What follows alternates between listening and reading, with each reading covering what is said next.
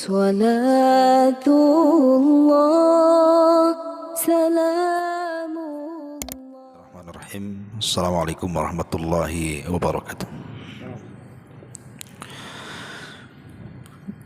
Bihamdillahi wassalatu wassalamu ala rasulillah wa ala alihi wa sahbihi wa mawalah wa la hawla wa la quwata illa billahi wa ba'du. Baik, perhatikan kitabnya. Kita masih membahas permulaan kitab Al-Usul Ats-Tsalatsah. Bismillahirrahmanirrahim. I'lam rahimakallahu annahu yajibu alaina ta'allumu arba'i masaila. Al-ula al-ilmu wa huwa ma'rifatullahi wa ma'rifatu nabiyhi wa ma'rifatu dinil islami bil adillati.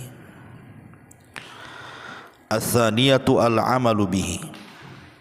Ats-tsalisatu ad-da'watu ilaihi. Ar-rabi'atu as-sabru 'alal adza fihi. Wad-dalilu qauluhu ta'ala bismillahirrahmanirrahim wal 'ashri innal insana lafi khusrin illal ladzina amanu wa 'amilus salihati wa tawassaw bil haqqi wa tawassaw bis sabr. Qala Asy-Syafi'i rahimahullahu taala, hadhihi surah law ma anzalallahu hujjatan 'ala khalqihi illa lakafatuhum.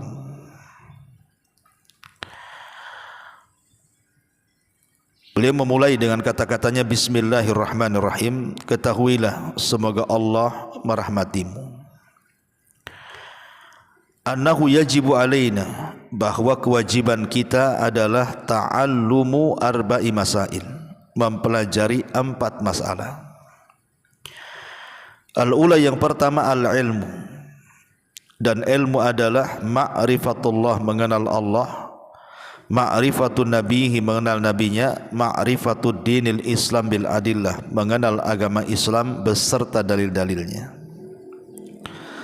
Ats-tsaniyatu, dan yang kedua, al-amalu bihi, beramal dengan ilmu. Ats-tsalisatu, yang ketiga, ad-da'watu ilaihi, berdakwah dengan ilmu.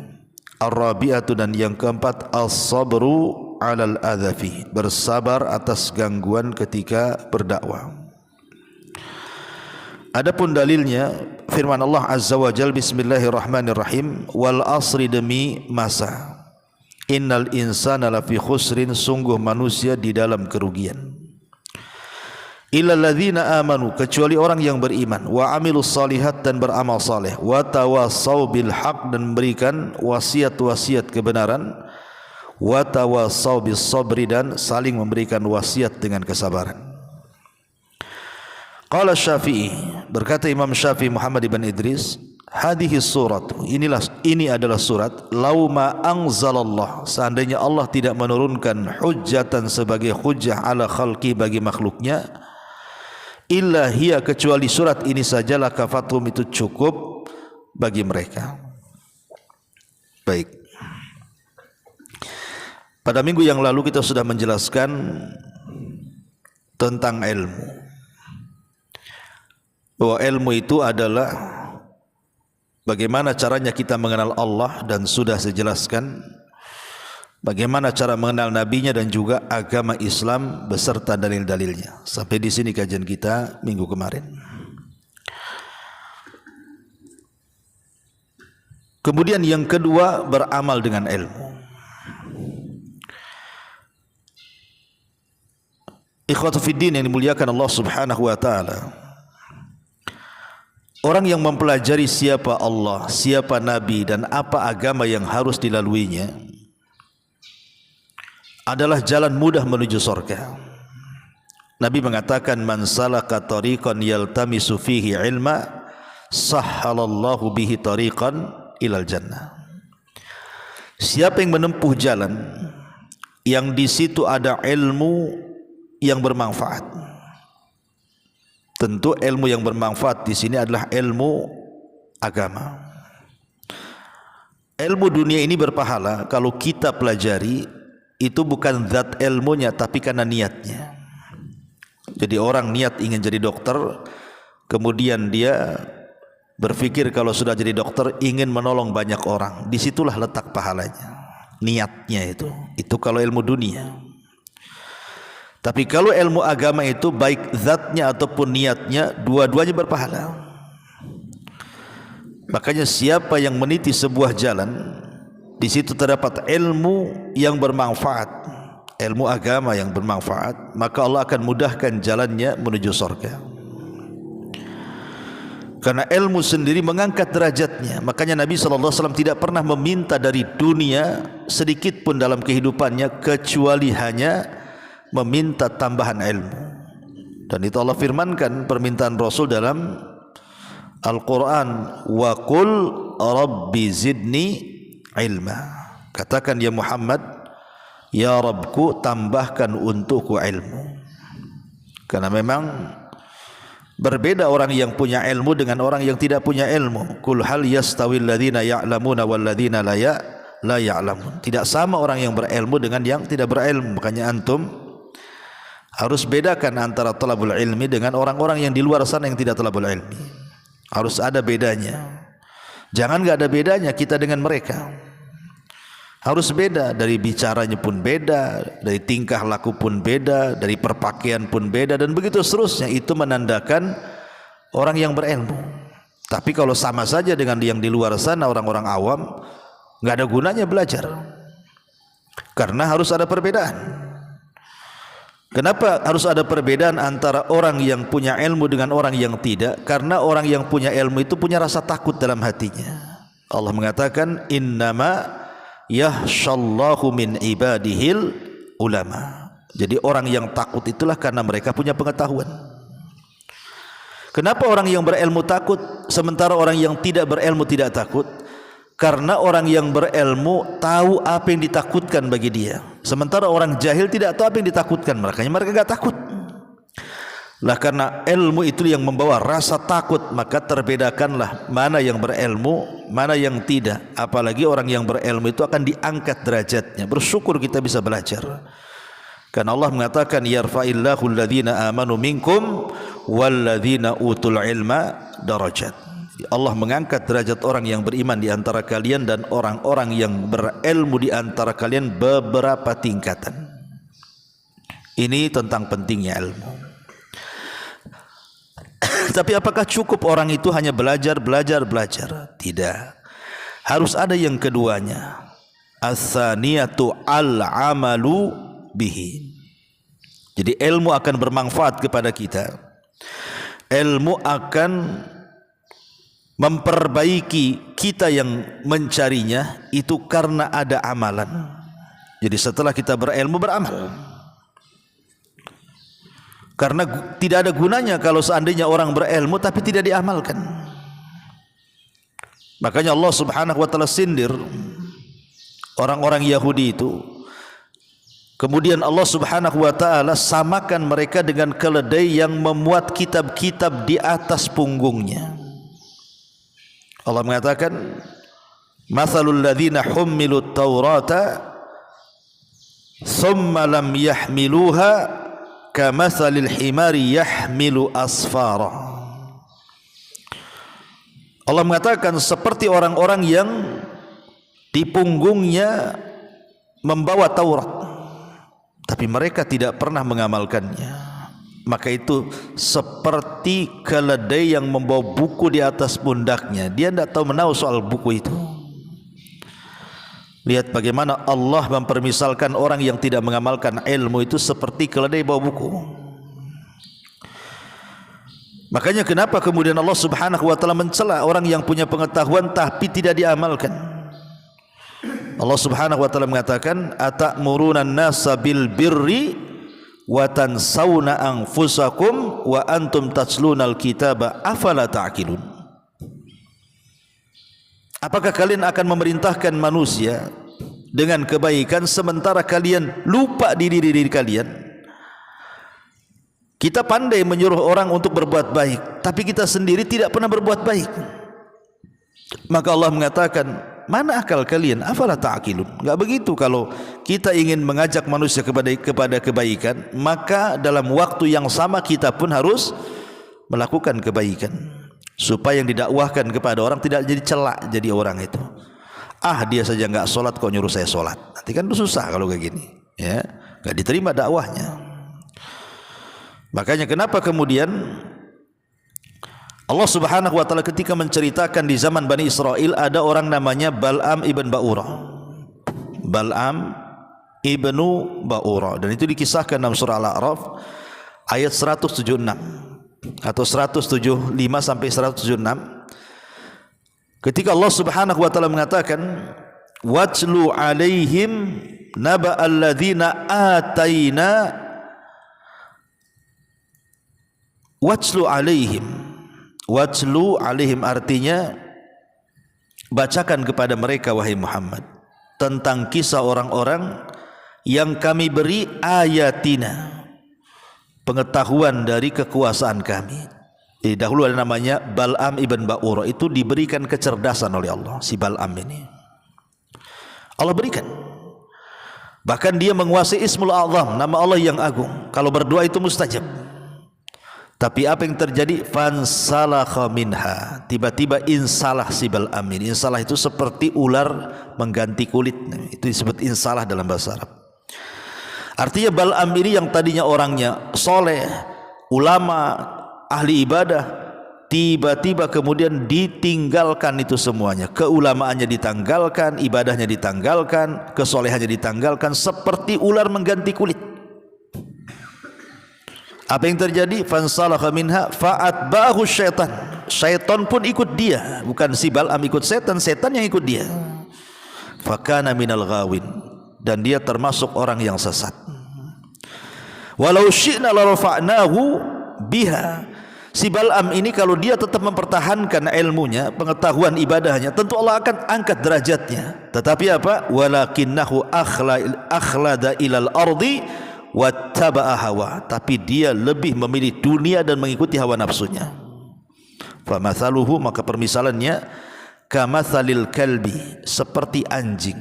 In tahmil alaihi yalhath au tatruku yalhas, kau halau atau kau biarkan tetap saja anjing itu menjulur lidah. Artinya kau nasihati tetap dinasihati ataupun tidak, ya tetap aja kayak gitu dia, karena sudah mengikuti hawa nafsu dan cinta dunia. Dzalika mathalul ladzina kadzdzabu biayatina, dzalika mathalul qaumil ladzina kadzdzabu biayatina faqsusil qasasa la'allahum yatafakkarun.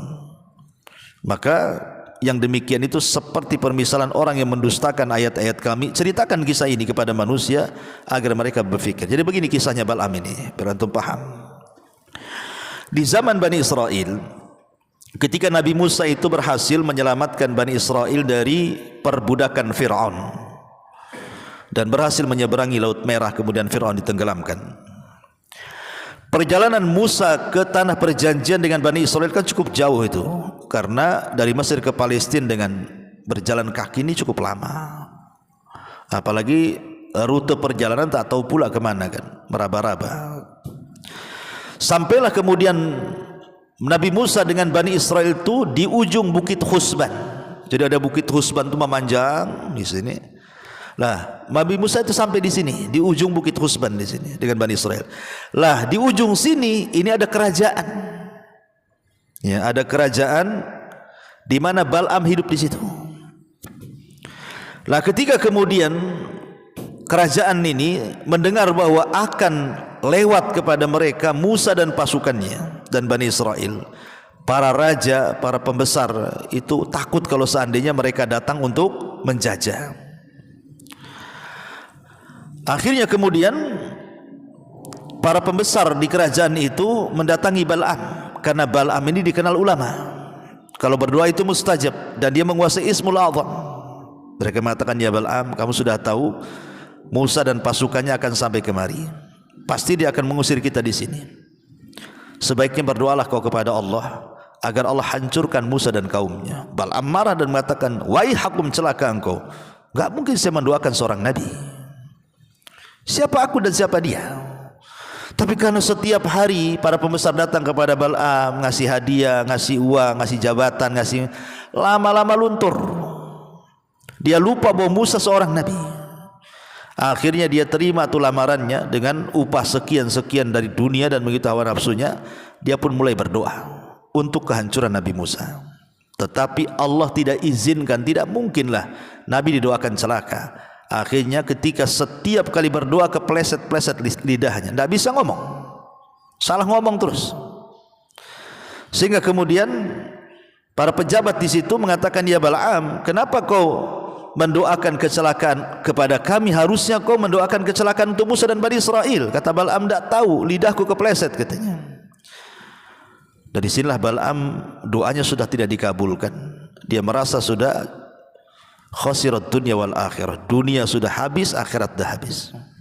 Tapi Bal'am tidak habis akal, dia mengatakan gini saja, kirimlah wanita-wanita terbaik kalian, kemudian pura-pura berjualan. Nanti sampai di pasukan Bani Israel, carilah murid-murid Musa terbaik, goda dia, berzinahlah dengan dia. Itu cukup menghancurkan mereka. Akhirnya kemudian dikirim betul wanita-wanita cantik didandani, pura-pura jualan kepada Bani Israel itu. Rupanya betul ada salah satu murid Nabi Musa tertarik dengan wanita itu, salah satu wanita dari kerajaan itu. Akhirnya berzinahlah. Ketika berzinah, apa yang terjadi? Turun azab, penyakit taun di mana-mana, banyak yang mati. Sehingga orang-orang berakal yang ada di tengah-tengah Nabi Musa ini mencari sebab, kenapa Allah turunkan azab ini? Ada apa? Pasti ada masalah. Akhirnya kemudian mereka pun melapor kepada Nabi Musa. Kata Musa, pasti ada orang bermaksiat di sini, cari dia. Aku dicari-cari ketemu. Rupanya murid pilihan Nabi Musa sedang berzina dalam tendanya. Langsung datang. Setelah ketahuan, ditusuk kemudian oleh tombak dari punggung si laki-laki sampai tembus kepada punggung si perempuan itu. Kemudian dibawa keluar tenda, kemudian diangkat ke langit dan mengatakan, beginilah ya Rabb hukuman bagi orang-orang yang bermaksiat kepadamu. Setelah kejadian itu diangkatlah penyakit taun tadi. Makanya Allah Subhanahu wa taala turunkan surah Al-A'raf ayat 175 ini, cerita soal Bal'am. Coba bayangkan. Akhirnya ketika taun ini diangkat, Bal'am pun sudah tidak bisa apa-apa, karena semua cara dia sudah gagal. Allah sudah mengutuk Bal'am ini. Makanya kemudian Bal'am su'ul khatimah, dia buruk kematiannya. Dan Allah Subhanahu wa taala permisalkan seperti anjing yang kalau dihalau pun tetap menjulurkan lidahnya, dibiarkan pun menjulurkan lidahnya. Itulah gambaran orang yang sudah terlampau cinta dunia dan ikut hawa nafsu, dinasihati tidak akan mempan dia, karena dia lebih memilih kesesatan dibandingkan kebaikan. Itulah orang yang punya pengetahuan tapi tidak mengamalkan, seperti Bal'am. Ya. Ma'asyiral muslimin, ikhwata fiddin, muliakan Allah Azza wa Jalla. Dan perlu diketahui juga, kita tahu bahwa Imam Bukhari membuat bab dalam sahihnya, bab al-ilmu qabla al-qawli wal amal, bab berilmu baru berkata-kata dan beramal. Artinya setelah kemudian kita memiliki pengetahuan, maka kita amalkan pengetahuan itu dalam bentuk kaul. Kaul itu maksudnya ucapan, mungkin dengan cara apa? Dengan cara baca Quran, berzikir, mengajak manusia, berdakwah, macam-macam. Ataupun perbuatan, salat, puasa, zakat, haji, dan begitu seterusnya. Ya. Karena amal soleh itu, apa sih definisi amal soleh itu? Definisi amal soleh itu adalah orang yang berusaha untuk melaksanakan yang wajib dan meninggalkan yang haram. Kalau dia mau menambah dengan yang sunnah dan meninggalkan yang makruh, itu lebih baik lagi. Jadi amal soleh itu adalah melaksanakan kewajiban, salat, puasa, zakat, haji, dan kewajiban-kewajiban yang lainnya. Anak berbuat baik kepada orang tua, suami, istri punya hak kewajiban masing-masing. Pokoknya amal soleh itu artinya melaksanakan kewajiban dan meninggalkan yang haram, atau menambah dengan mengerjakan yang sunnah dan meninggalkan yang makruh. Itu disebut amal soleh. Atau dengan kata lain, secara singkat, amal soleh itu adalah orang yang melakukan hubung baik dengan Allah yang disebut dengan hablum minallah, dan orang yang melaksanakan hubung baik dengan manusia yang disebut dengan hablum minan nas. Jadi orang kalau melaksanakan hak-hak yang Allah perintahkan kepada kita, kemudian juga melaksanakan hak-hak sesama kita manusia, maka orang itu disebut soleh, sudah beramal dengan amal soleh. Ya. Baik, kemudian setelah kita berilmu kemudian beramal, apalagi yang harus kita lakukan? Ad-da'watu ilallah, berdakwah kepada Allah Subhanahu wa taala. Dakwah ini macam-macam. Yang namanya dakwah itu kan bisa dengan perbuatan, bisa dengan tulisan, dengan catatan, bisa dengan ucapan. Dakwah ini macam-macam. Ya, semua bisa dijadikan wasilah berdakwah. Nabi SAW atau Mu'adz bin Jabal radhiyallahu anhu mengatakan, ta'allamu ma syi'tum falan yanfa'akumullahu bil ilmi hatta ta'malu. Kata Mu'adz, belajarlah kalian, tapi Allah tidak akan menganggap manfaat ilmu kalian kecuali kalian beramal dengan ilmu itu. Kemudian Yahya ibn Mu'adz mengatakan, al-ilmu wal amalu qarinani la yanfa' ahaduhuma illa bisahibihi. Ilmu dan amal itu dua kawan yang tidak mungkin mendatangkan manfaat kecuali harus dibarengkan dua-duanya. Jadi ilmu dan amal itu sebuah kawan, tidak bisa dipisahkan. Sebab kalau dipisahkan tidak akan manfaat salah satu dari keduanya. Ilmu saja tanpa beramal sesat, beramal saja tanpa ilmu sesat. Ya, dua-duanya sesat. Makanya ketika Allah Subhanahu wa taala mencela orang-orang Yahudi, sebutannya apa? Al-maghdub. Ketika Allah mencela orang-orang Nasrani, sebutannya apa? Adh-dhallin, ghairil maghdubi alaihim waladh-dhallin. Maghdub itu Yahudi. Kenapa disebut maghdub, dilaknat? Karena Yahudi punya ilmu tak mau beramal. Kenapa orang Nasrani disebut dhalin, sesat? Karena tak punya ilmu, rajin pula beramal. Maka kita ini ummatan wasat, umat yang tengah-tengah, berilmu dan juga beramal. Karena Yahudi berilmu tanpa amal, Nasrani beramal tanpa ilmu, Islam berilmu dan beramal. Jadi amal itu penting. Baru setelah itu berdakwah. Dakwah ini sebagai pelengkap. Karena di sini kan ada 4 sifat kan yang disebutkan oleh pengarang. 1, ilmu, amal, dakwah, sabar. Yang 2, ilmu dan amal memperbaiki kita. Yang 2 terakhir, dakwah dan sabar memperbaiki orang. Jadi kalau orang memiliki 4 sifat sempurna hidupnya. Kenapa? Karena dia sudah memperbaiki dirinya dengan ilmu dan perbuatan, dan dia pun memperbaiki orang dengan dakwah dan kesabaran. Berarti kalau orang punya 4 perkara ini, sempurna hidupnya, dia sudah mendapatkan bekal terbaik untuk akhiratnya. Karena dia sendiri sudah baik, orang juga diajak baik seperti dia. Itu maksudnya ya. Maka seorang talabul ilmi harus memiliki 4 sifat.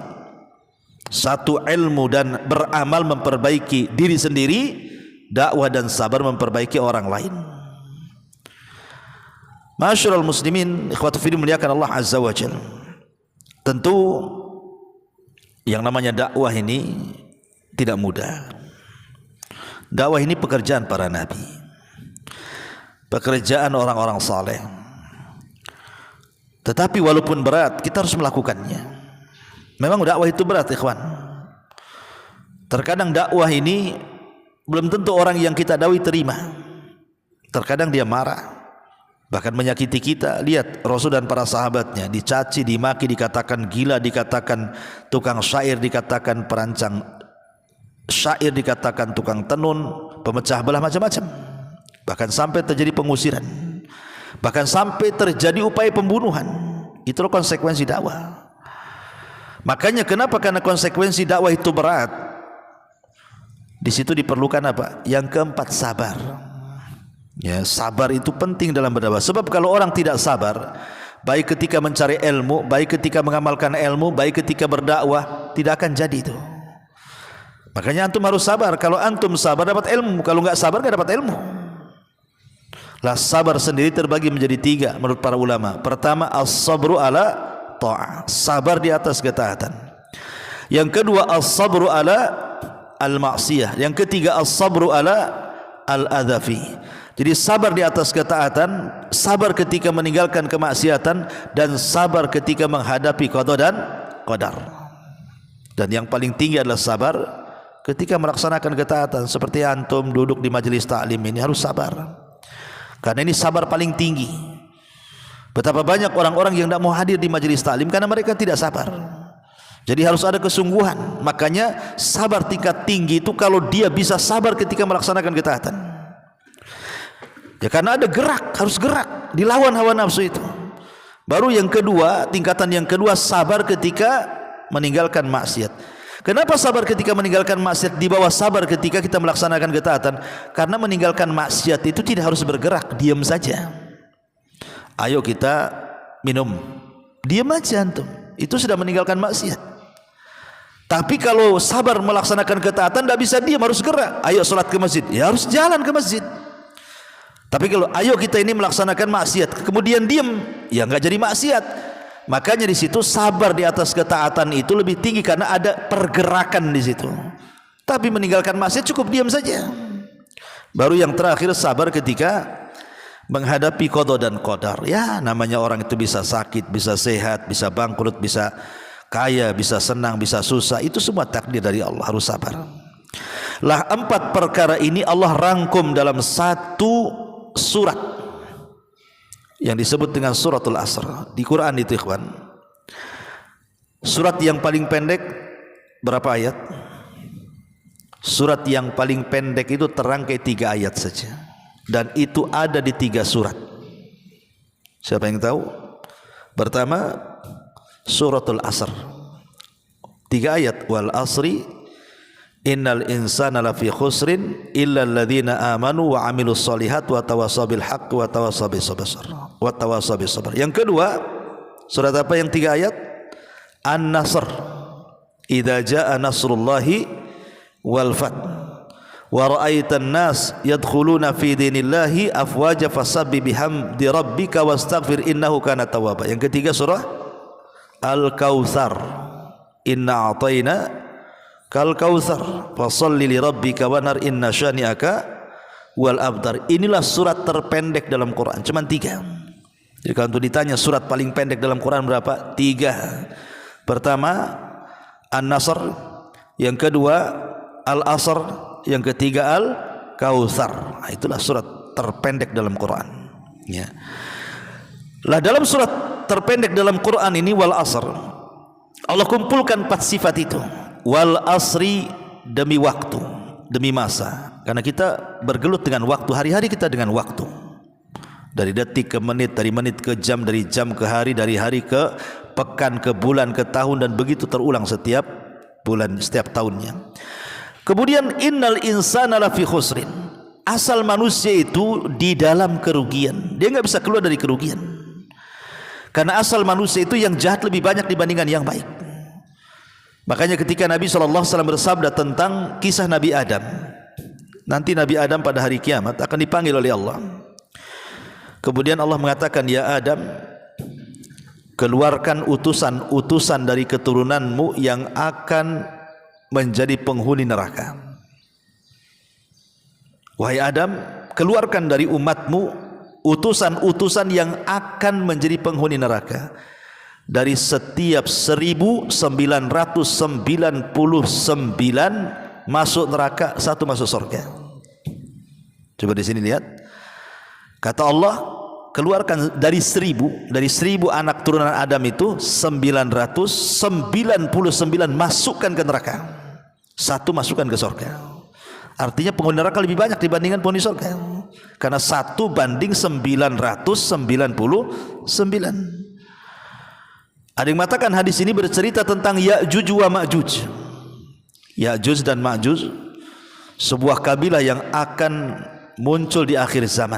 Sekarang sudah ada tapi tidak bisa keluar karena tertembok dengan dinding yang pernah dibangun oleh Raja Dzulqarnain. Entah mereka di mana, wallahu alam. Tapi Ya'juj dan Ma'juj ada di bumi ini. Di benua mana, wallahu alam, karena Rasul tidak menyebutkannya. Cuman Quran mengisyaratkan. Terdapat dalam surah Al-Kahfi ketika Dzulqarnain melakukan perjalanan ketiga arah itu. Tiba-tiba arah yang ketiga dia mendapatkan kaum yang tidak bisa dipahami bahasanya. Ngomong apa orang ini saya nggak paham, sampai harus menggunakan 10 penerjemah dari satu bahasa ke bahasa berikutnya, dari bahasa berikutnya ke bahasa berikutnya, sampai setelah 10 bahasa baru paham Zulkarnain maunya kaum itu apa. Rupanya kaum itu mengeluh bahwa dia diserang oleh Ya'juj dan Ma'juj. Akhirnya kemudian Nabi Sulaiman pun ingin menyelamatkan kaum itu, dibuatlah dinding dari tembaga setinggi gunung, sehingga mereka tidak bisa keluar sampai kiamat dibangkitkan, dan mereka akan keluar sebagai tanda-tanda kiamat besar. Dan mereka memiliki usia panjang. Lah Ya'juj dan Ma'juj itu jumlah mereka lebih banyak dibandingkan jumlah kita.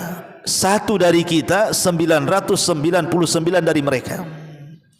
Jadi kalau mereka dikeluarkan, dinding itu dijebol pada hari kiamat, kemudian mereka itu keluar seperti Allah katakan min kulli hadabin yansilun, mereka keluar seperti air bah yang turun dari gunung saking banyaknya. Maka kata Rasul, kalian tidak mungkin menghadapi mereka, karena mereka kaum yang tidak bisa dibunuh dan tidak bisa diperangi. Sampai Isa disuruh oleh Allah, sebaiknya jangan lawan, selamatkan orang-orang yang beriman sembunyi di Bukit Tur, karena tidak bisa dilawan. Macam mana mau lawan satu lawan 999? Antum lawan 5 orang aja keok, mau lawan 999 pula, gimana cara ngelawannya? Ya. Makanya Nabi Musa, Nabi Isa disuruh sembunyi di Bukit Tur.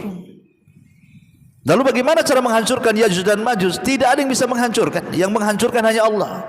Maka dikirimlah dud semacam nagab, ulat.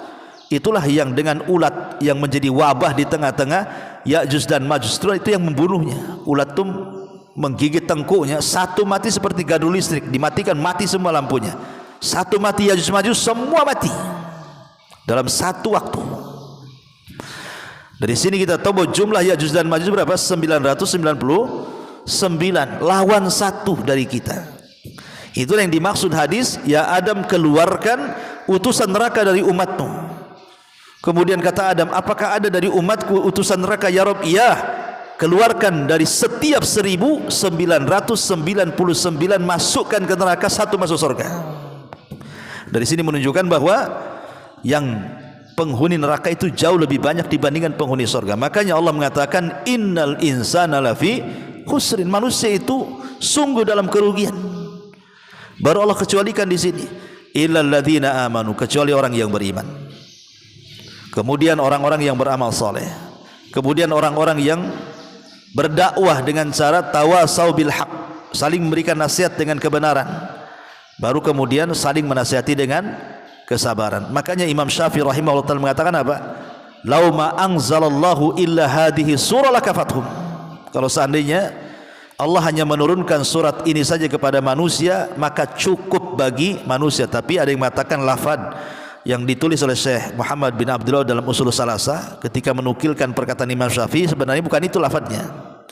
Tapi Imam Syafi'i mengatakan lau tafakkara, seandainya mereka berfikir dengan surah Al-Asr ini, itu sudah cukup bagi mereka, karena kandungannya mencakup seluruh agama Islam. Apalagi yang kita butuhkan saat beragama kalau tidak ilmu, amal, dakwah, sabar. Itulah kesempurnaan manusia di situ.